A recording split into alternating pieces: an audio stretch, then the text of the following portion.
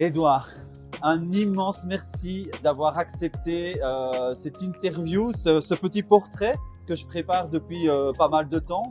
On avait discuté ensemble il y a déjà quelques années d'un projet de rencontre, mais évidemment le Covid nous est tombé dessus. Carrément. Et là, le fait que tu me permettes de faire ce petit portrait, c'est un super beau cadeau. Alors, on est toujours à la Pixel D, hein, si jamais. Alors, pour ma part, je t'ai découvert grâce à une vidéo que tu avais tournée et qui était passée dans l'émission 3615 Usul. Ouais. Et depuis plus de 9 ans que je suis ton parcours, je suis toujours heureux de voir que ta passion pour le cinéma et le jeu vidéo se combinent à merveille pour nous offrir un travail de qualité qui ne décroît pas avec le temps et que du contraire. Ça, c'est mon avis personnel. Alors, si tu me le permets, Oui. on va revenir à presque 10 ans en arrière. Wow. Ouais.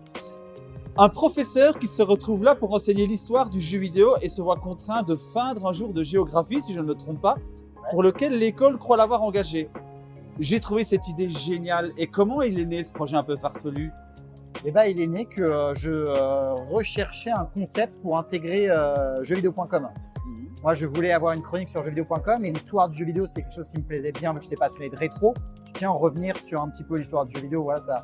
Et bah forcément, l'histoire, moi j'avais un cours en audiovisuel qui s'appelait l'histoire du cinéma. Donc je me suis dit, donner un cours d'histoire du jeu vidéo pour être sympa et pour apporter un côté un peu comique. Bah, j'ai très vite eu l'idée, je me suis dit, il pourrait y avoir une confusion. Où effectivement, je suis engagé dans un collège ou un lycée, je sais plus, où on pense m'engager en tant qu'histoire, géographie, mais non, en fait, je suis un professeur d'histoire du jeu vidéo. Il y a confusion, ils s'en rendent pas compte et moi, je donne un cours en illégalité en quelque sorte. Et c'est... Alors, je vais pas trop m'étendre là-dessus parce qu'on n'a pas le temps, mais peut-être une autre fois. Mais j'ai trouvé ce concept génial, les personnages génial.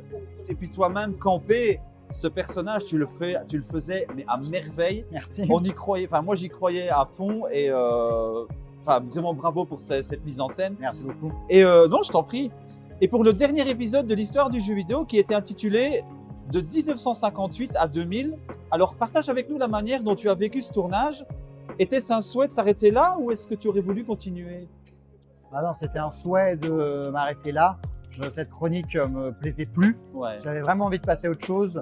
Et en même temps, je me suis dit, bon, il faut quand même que j'essaye de conclure toute cette histoire d'une certaine manière. Et voilà, et donc j'ai fait cette grosse vidéo où on voit encore le proviseur pour la dernière fois, où on se dit au revoir, je quitte l'établissement. Et il a ce regard de fin sur moi un peu triste où c'était quand même une chouette aventure, quoi. Ben oui, parce qu'on sentait que c'était la fin de quelque chose. Et le ton de cette vidéo est un peu triste comme ça, un peu de mélancolie. Et j'ai trouvé que c'était une belle conclusion, vraiment. Merci, merci. Et donc voilà, comme je te dis, pour ma part, moi j'ai adoré ce format, la mise en scène, les personnages, les sujets abordés et la façon de les aborder. Une aventure de 2 ans qui s'arrêtait sur une note un peu triste alors, pour toi? Ou c'était vraiment le temps… Par rapport à la fiction Oui, ou même par rapport à toi, est-ce que tu as ressenti un petit manque ou quoi? Pas du tout, non, j'avais vraiment envie de passer à autre chose.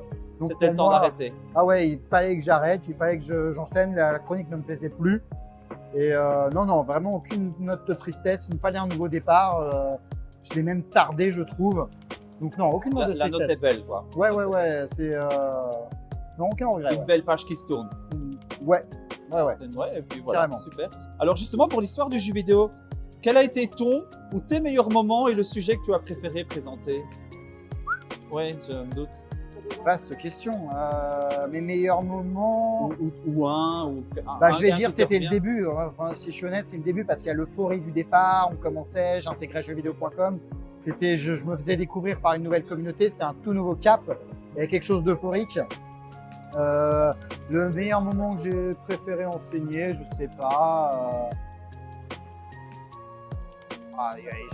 J'aimais tout, franchement j'aimais tout. Bah oui, je me doute. Je suis tellement passionné que non, ouais, tout m'intéressait, donc c'était trop chouette. Bah ouais, c'était une réponse en soi. Ouais, j'attendais au fait cette réponse, je me suis dit que c'était un peu compliqué parce que pour toi forcément c'est quelque chose de très vaste. Ouais. Mais je me suis dit allez, s'il y en a un qui te revient en tête, on prend, mais là c'est déjà très bien. Franchement c'est parfait. Je me permets de mettre ma veste. Mais oui, je t'en prie. J'ai pas ma veste. 10 seconds later. Malheureusement, Edouard n'a pas retrouvé sa veste. Ouais. Je sais pas où je l'ai mis.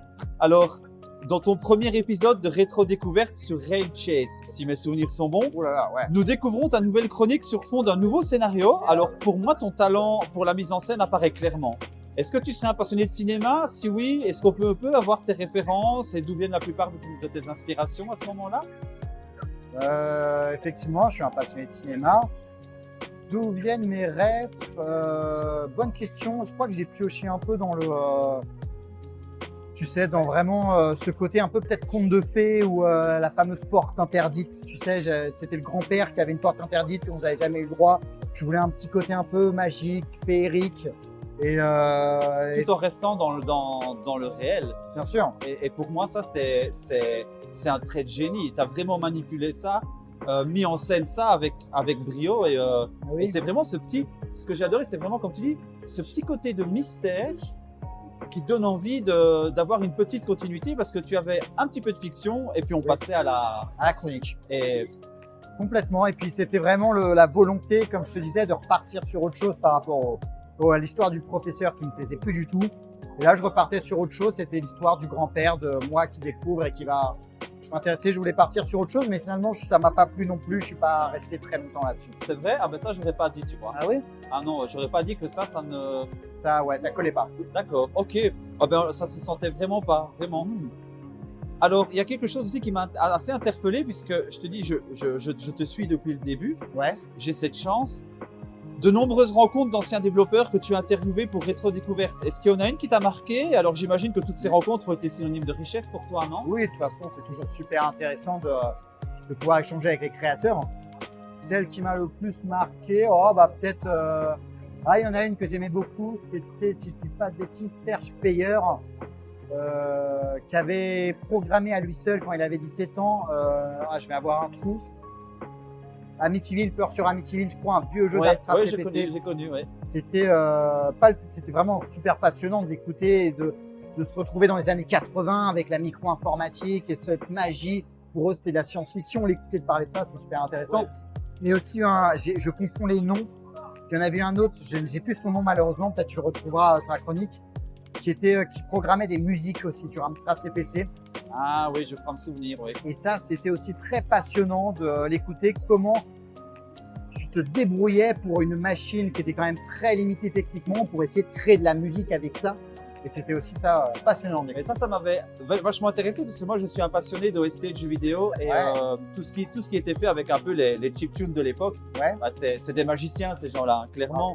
c'est clair. Alors, comment s'est passé les épisodes spéciaux avec d'autres youtubeurs? J'imagine qu'il y a eu des belles rencontres. Ouais. Surtout vis-à-vis de l'évolution de ton travail. Et c'est un juste mérite, je trouve. Merci. Alors, attends, qui est-ce que j'ai vu? Joueur du grenier récemment. Oui. On a fait une super collab avec le JDG là. Ta tout deuxième, dernièrement. je crois.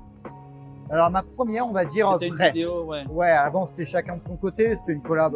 Là, c'était vraiment Tu on a avais dit, tourné je me ensemble. rappelle, tu avais dit, reprends-moi si je me trompe, c'était un peu comme si tu rencontrais le Père Noël. Ah oui, j'avais dit ça, je Ouais, sais plus ouais. peut-être, mais en tout cas, ouais, c'était le JDG, je le suis depuis très longtemps. J'étais au lycée quand je le suivais. J'étais un gamin, quoi. Et donc, Moi, j'avais 10 ans de moins, parce que je le suis aussi depuis sa deuxième vidéo, j'ai découvert. ah ouais. Donc moi, c'était absolument génial de partager une vidéo avec lui. C'était trop chouette, carrément. Une belle expérience. Ah ouais, c'était génial, ouais. Ouais, ouais. on sent une certaine Ouais. fierté. Alors, pour tous les jeux qui passent dans tes vidéos, ce sont pour la plupart des coups de cœur, des jeux. Est-ce que c'est des coups de cœur, pardon, et des jeux avec lesquels tu as grandi? Non, il y a de tout. Il y a des coups de cœur et des jeux avec lesquels j'ai grandi. Il y a beaucoup de découvertes, en fait. Il y a même plus de découvertes. C'est un peu une revanche, cette chronique de rétro-découverte, où je peux me permettre aujourd'hui de tester des jeux que j'avais pas l'occasion de faire dans mon enfance et d'en donner mon avis aujourd'hui. Et tu es surtout toi-même dans ces nouvelles vidéos. Oui, complètement. Ouais, C'est ça que se j'adore. sent, hein. Et c'est ça qui fait qu'aujourd'hui, ça me plaît. C'est que je joue plus un personnage, un professeur, un truc. C'est je joue vraiment un personnage qui est très proche de moi et dans un univers qui me ressemble. Donc là, je me sens vraiment bien. Ouais, parce que ça doit être passionnant d'imaginer le déroulement et écrire le scénario de chacune d'entre elles et de voir ce que tu imagines se matérialiser Ouais. comme ça en vidéo. Carrément. Et c'est normal, quelque part, que maintenant, les gens, à la limite, préfèrent le côté fiction que le côté JV. Tu avais eu un beau commentaire à propos de ça. Oui, Il y a- j'en ai régulièrement, ouais. Des gens qui me disent que finalement, ils suivent plus l'émission pour le côté fiction que pour le côté jeu vidéo. Forcément, ça me fait extrêmement plaisir, surtout moi qui viens d'une époque sur jeuxvideo.com où on me disait plutôt l'inverse. Ah, la fiction, hein, tu vas pas faire que de jeux vidéo. Aujourd'hui, qu'on me reconnaisse pour ce travail-là, bah, c'est un aboutissement, c'est un plaisir. Clairement. C'est génial. On arrive tout doucement à la fin. Te voilà maintenant à la saison 4. Ouais. de tes aventures. Quelle évolution et chemin parcouru, donc depuis presque 10 ans, je le rappelle. Ferme les yeux et imagine-toi confortablement installé dans un canapé avec la douce chaleur d'un feu de bois. Ouais. Soudain, tu te mets à repenser à tout le chemin parcouru, à toutes les personnes rencontrées, et qu'est-ce que tu ressens? Moi, je ressens de la joie pour ce que je fais aujourd'hui. Et tout ça m'a amené à ce que je fais aujourd'hui, mais ce qui compte, c'est là, aujourd'hui, je suis vraiment bien dans cette chronique. J'adore partager cette émission avec les comédiens, avec Monsieur Pichon, avec Arnaud, avec Alice. Je recite le nom de personnage pour que ce soit compréhensible. Avec Chat, avec Jamy, voilà. Moi, c'est partager cette émission vraiment avec tous ces gens-là que maintenant j'apprécie énormément et ça, c'est vraiment chouette. Si dois-je retenir, c'est pas ce qu'on a fait avant, ça m'intéresse finalement pas tellement, c'est ce qu'on fait aujourd'hui. C'est ce qui a construit qui tu es et Oui. ce que tu fais aujourd'hui. Totalement. Mais j'ai pas envie d'avoir le regard tourné sur le passé, ça m'intéresse pas trop. C'est vraiment ce qu'on fait aujourd'hui et j'y prends beaucoup de plaisir. T'es à Et fond dedans. Je suis à fond dedans, c'est super chouette. Et comme je te disais, j'étais pas à l'aise avec l'histoire du professeur, j'étais pas à l'aise avec l'histoire du grand-père que je trouve. Et là, aujourd'hui, je suis à l'aise. Tu me le dis maintenant à cœur ouvert, je te promets que je suis le derrière vissé sur ma chaise. Je n'aurais jamais dit que tu n'étais pas à l'aise avec ce personnage parce que tu le joues tellement bien, tu le rends authentique et j'aurais jamais pensé ça. Bah ouais, peut-être. On reconnaît les professionnels. Hein. Ouais, je pense que Non, tu mais dois blague être... à part, j'aurais pas. Je pense que tu dois être biaisé peut-être par le fait que tu appréciais beaucoup la chronique. Je t'en Mais parce que remercie. tu la rendais authentique avec tes Oui. personnages qu'il était tout autant. Après, je pense que l'histoire, elle marchait, tu vois, il y Mais avait pas de clairement. souci. Mais moi, c'était pas. Je suis mieux aujourd'hui, vraiment, beaucoup mieux. Ah mais oui, on le sent, mais c'est juste pour te dire que j'étais étonné au vu de la qualité du travail Ouais. que tu proposais. C'est gentil. Mais non, c'est normal, il n'y a pas de souci. Ouais, ouais. ouais. Alors, ton plus grand rêve à ce jour, est-ce que c'est réaliser un film? Jusqu'où est-ce que Edouard aimerait aller? Maintenant, Eh je ben- sais que tu as fait un carton plein avec le The Last of Us qui est, voilà. Ouais. Maintenant, projette-toi dans un truc fou. Ce serait quoi vraiment ton but ultime? Ouais, tu sais quoi, je vais te dire, même pas un truc fou, c'est des trucs que je vise vraiment, véritablement, c'est, ouais, effectivement, faire un long métrage, faire un film, c'est clair que j'ai très très envie de me lancer là-dedans le plus tôt possible, et un truc qui me ferait aussi bien kiffer, auquel je pense de temps en temps, c'est une pièce de théâtre. Ah Écrire une pièce de théâtre et jouer, bah, je te dis, là on parlait de tous les comédiens, partager avec eux, effectivement, écrire quelque chose, les partager, monter sur scène avec eux, écrire un truc en rapport avec le jeu vidéo, ça m'intéresse aussi beaucoup. C'est des trucs que j'ai dans la tête et on verra quand est-ce que je Et commencerai à c'est bosser largement à ta portée. dessus. On verra, on Si, verra, j'en suis sûr. Là, ça ne m'étonnerait pas que d'ici 2-3 ans. on verra. Ah ouais, je sais Mais pas. ouais. Ça ne m'étonnerait pas. Alors, notre Pixel D. Ah, Ah, parlons-en, alors ça nous fait plaisir de t'y voir, évidemment. bien sûr, Qu'est-ce que tu aimes dans cette convention? pas grand-chose.